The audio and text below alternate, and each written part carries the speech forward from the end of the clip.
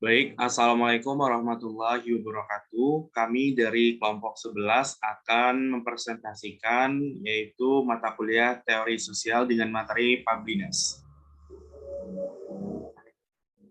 Dengan beranggotakan yaitu Muhammad Zidane Hazid, Ori Erlangga, Putri Wahyuni, Regina Fadila, dan Sofia Marinda. Selanjutnya materi pertama akan dijelaskan oleh Putri Wahyuni. Kepada Putri Wahyuni, disilakan. Assalamualaikum warahmatullahi wabarakatuh. Saya Putri Wahyuni dengan NIM B1042192. Baiklah, pada presentasi kali ini yang saya bahas yaitu yang pertama, konsep publicness. Konsep publicness merupakan salah satu konsep pilar administrasi publik.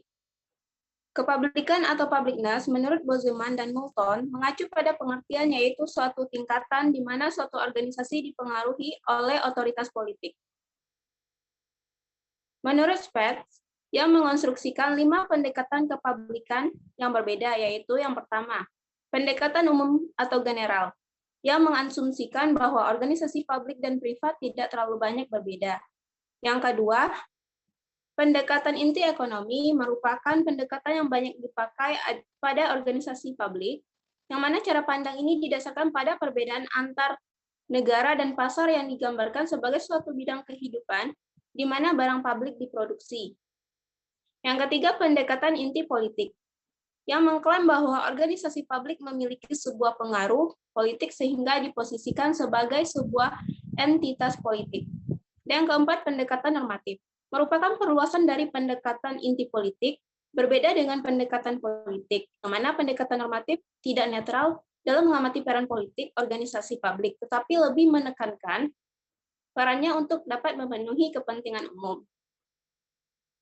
Yang kelima yaitu pendekatan dimensional, yaitu menggabungkan pendekatan ekonomi dan politik, sehingga dapat disimpulkan bahwa konsep dasar perspektif publicness dari segi pendekatan inti ekonomi, ditemukannya prinsip kepublikan organisasi yang terkait dengan kepublikan barang umum.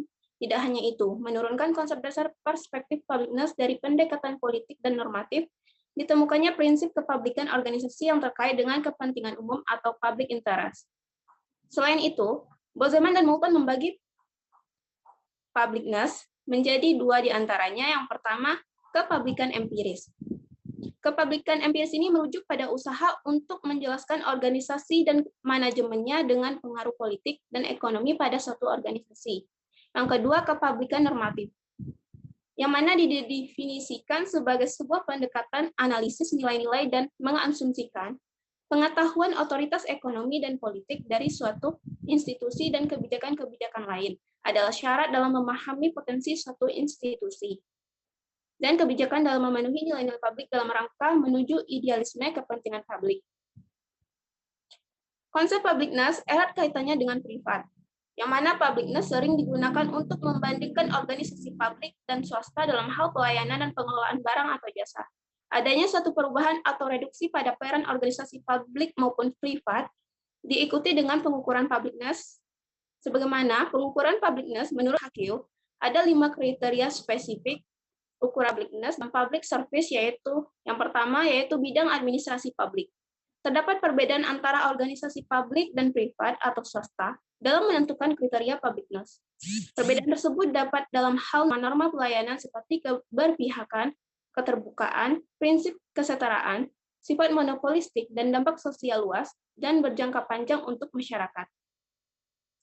Yang kedua, publicness bergantung pada banyaknya masyarakat yang terlayani, sehingga semakin besar jumlah atau cakupan kepemilikan publik, maka semakin tinggi tingkat publicness-nya. Yang ketiga, tingkatan publicness ditentukan berdasarkan cakupan dampak sosialnya. Misalnya, semakin tingginya tingkat publicness, maka semakin memiliki dampak positif dengan cakupan wilayah yang luas atau sosial yang luas. Yang keempat, standarisasi publicness secara umum, yaitu sejauh mana dapat dipertanggungjawabkan. Dan yang terakhir, ukuran sentral publicness, yaitu trust masyarakat terhadap kredibilitas kepemimpinan dan kemampuan respon pelayanan untuk melayani masyarakat. Sekian materi dari saya kembalikan ke moderator. Baik, terima kasih kepada Putri Wahyuni. Untuk selanjutnya itu penerapan publicness di Indonesia akan dijelaskan oleh Regina. Kepada Regina, disilakan. Baiklah, perkenalkan saya Regina Fadila dengan NIM 21042199. Materi selanjutnya yaitu penerapan publicness di Indonesia. Secara umum, masyarakat dan akademisi mengembalikan istilah publik dengan pengertian segala sesuatu yang berkaitan dengan rakyat banyak. Istilah publik ini luas sehingga penggunaannya dapat diadopsi oleh bidang kepemerintahan dan privat. Karena kedua bidang ini berkaitan dengan urusan-urusan yang menyangkut dengan kepentingan orang banyak. Sebagaimana yang diketahui, ternyata nilai-nilai publicness merupakan sebuah konsep yang telah lama diterapkan di Indonesia. Adapun beberapa tafsir penerapan publicness di Indonesia adalah sebagai berikut. Yang pertama itu konsep kerakyatan. Di Indonesia, konsep publicness merujuk pada segala hal yang berkaitan dengan kerakyatan, kepentingan umum, dan berkaitan dengan hajat hidup orang banyak. Konsep publicness dicetuskan dalam Konstitusi Indonesia, yaitu pembukaan Undang-Undang Dasar 1945, yang di dalamnya terdapat Pancasila dalam sila keempat, yang berbunyi kerakyatan yang dipimpin oleh hikmat kebijaksanaan dalam pemusyawaratan perwakilan. Kerakyatan yang dimaksud di sini yaitu dalam kehidupan sehari-hari yang berlandaskan pada nilai-nilai yang berasaskan kebersamaan dan gotong royong. Kedua nilai tersebut merupakan kebudayaan sosial bangsa Indonesia. Yang kedua itu konsep musyawarah untuk mufakat, yaitu konsep yang merupakan budaya luhur bangsa Indonesia dengan mengamalkan nilai-nilai tenggang rasa atau toleransi. Contohnya dalam musyawarah ada dua kelompok yang saling bertemu di dalamnya untuk mencari keputusan yang menguntungkan dua belah pihak. Dan dalam musyawarah yang dilakukan pasti terdapat perbedaan pendapat antara yang satu dengan yang lainnya. Pada bagian inilah yang nilai tenggang rasa dan toleransi diwujudkan. Yang ketiga yaitu pelaksanaan musyawarah rencana pembangunan. Yaitu musyawarah perencanaan pembangunan adalah forum antar pelaku dalam rangka menyusun rencana pembangunan nasional dan pembangunan daerah. Musyawarah rencana pembangunan inilah yang menjadi sarana penyampaian aspirasi dan kepentingan warga negara dalam pembangunan. Oleh karena itu, musyawarah rencana pembangunan menjadi salah satu wujud nyata penerapan publicness di Indonesia yang paling esensial. Musyawarah rencana pembangunan adalah sebuah proses yang mengadopsi proses partisipatif dengan penggunaan prinsip-prinsip diantaranya. Yang pertama, eksekutif partisipatif, proses yang berkelanjutan, mengutamakan kerjasama, bersifat strategis thinking proses, dan bersifat resolusi konflik. Adapun makna kepublikan pada musyawarah rencana pembangunan tersebut, dapat kita lihat bahwa musyawarah rencana pembangunan melaksanakan peran eksekutif, yaitu melibatkan dan memberikan kesempatan yang seluas-luasnya kepada semua stakeholder untuk menyampaikan aspirasinya. Oleh karena itu, musyawarah rencana pembangunan adalah salah satu tempat yang paling efektif, resmi, dan legal secara hukum dalam menyampaikan aspirasi masyarakat dalam hal pembangunan. Sebagaimana yang diketahui, kepublikan adalah suatu tindakan di mana suatu organisasi dipengaruhi oleh otoritas politik, yang mana otoritas politik tertinggi berada di tangan rakyat yang mekanismenya diatur dalam demokrasi Pancasila. Dengan adanya keterlibatan masyarakat dalam proses pengambilan keputusan pada musyawarah rencana pembangunan, sehingga musyawarah rencana pembangunan menjadi perwujudan publicness yang paling efektif di Indonesia. Baiklah, saya kembalikan kepada moderator. Baik, terima kasih kepada Regina Fadila. Untuk selanjutnya itu contoh kasus publicness yang akan dijelaskan oleh Sofia Miranda. Kepada Sofia, disilakan. Perkenalkan, nama saya Sofia Miranda, NIM 21042211. Contoh kasus publicness. Dalam upaya meningkatkan industri pariwisata, Presiden Jokowi merencanakan pendirian Badan Otoritas Pariwisata atau BOP di Labuan Bajo, Nusa Tenggara Timur.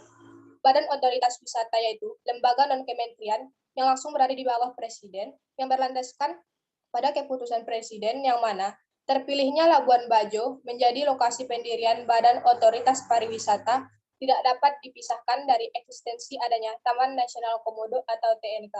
Memiliki kekayaan alam yang sangat indah serta tidak ditemukan di lokasi lain, membuat Taman Nasional Komodo menjadi salah satu destinasi pariwisata tingkat dunia, sehingga pada tahun 2015 jumlah wisatawan yang berkunjung sangat banyak. Potensi pariwisata yang sangat bagus ini menyembunyikan sejumlah permasalahan dengan masyarakat lokal.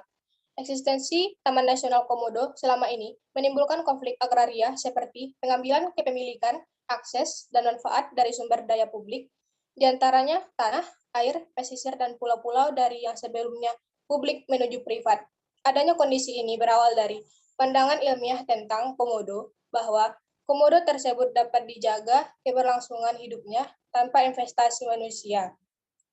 Berdasarkan pandangan ilmiah tersebut, maka pandangan lokal dari masyarakat Pulau Komodo diabaikan, di mana mereka masyarakat di Pulau Komodo telah lama hidup bersama sehingga memiliki kepercayaan bahwa komodo adalah sabai atau kembaran. Sehingga dalam keseharian hidup masyarakat Pulau Komodo, dengan tradisi berburu dan beramu, berusaha menghidupi komodo dengan cara meninggalkan kepala dan jeroan atau bagian-bagian dalam hewan buruan agar dimakan oleh komodo.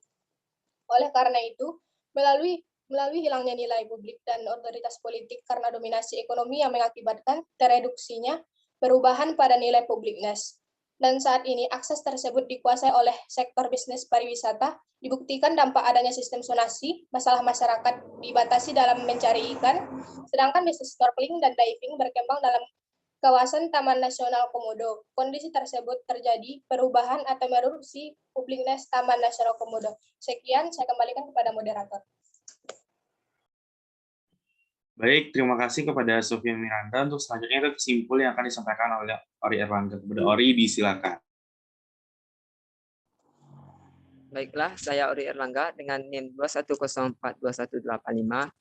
Pada kesempatan ini, saya akan menyimpulkan materi dari publicness, di mana berdasarkan penjelasan di atas, konsep publicness atau kepublikan merupakan salah satu konsep-konsep pilar administrasi publik dari Rutgers dalam HQ tahun 2001.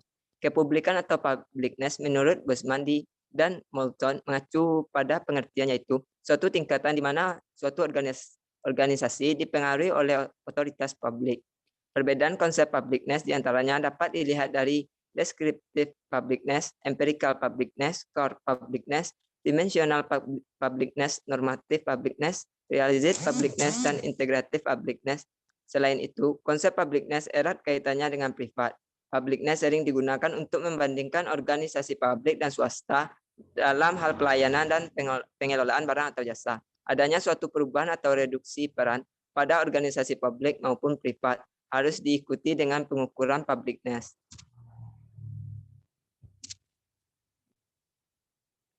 Sekian, masih lanjut, di mana penerapan publicness di Indonesia secara umum, masyarakat dan akademisi mengembalikan istilah publik dengan pengertian segala sesuatu yang berkaitan dengan rakyat banyak. Istilah publik ini luas sehingga penggunanya dapat diadopsi oleh bidang kepemerintahan dan privat, karena kedua bidang ini berkaitan dengan urusan-urusan yang menyangkut dengan kepentingan orang banyak. Sebagaimana yang diketahui, ternyata nilai-nilai publicness merupakan sebuah konsep yang telah lama diterapkan di Indonesia.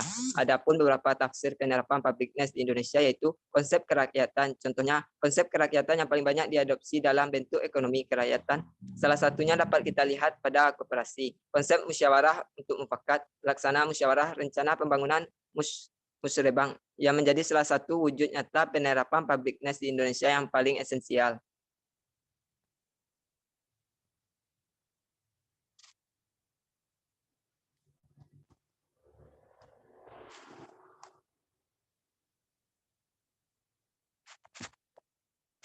Oke, saya kembalikan kepada moderator. Baik, untuk kesimpulan akhir yaitu karena berkurangnya otoritas politik yang dimiliki pemerintahan melalui pariwisata Taman Nasional Komodo sehingga tidak tercapai nilai-nilai publik masyarakat lokal pada populasi Komodo. Oleh karena itu, melalui hilangnya nilai-nilai publik dan otoritas politik karena didominasi ekonomi yang mengakibatkan tereduksinya atau perubahan pada nilai publicness, dan saat ini akses tersebut dikuasai oleh sektor bisnis pariwisata dibuktikan dari dampak adanya sistem zonasi masalah masyarakat dibatasi dalam mencari ikan, dan sedangkan bisnis snorkeling dan diving berkembang dalam kawasan Taman Nasional Komodo. Dan kondisi tersebut terjadi perubahan publicness pada Taman Nasional Komodo. Baik, mungkin hanya itu yang dapat kami sampaikan dari kelompok 11. Mohon maaf apabila ada kesalahan. Kami akhiri. Assalamualaikum warahmatullahi wabarakatuh.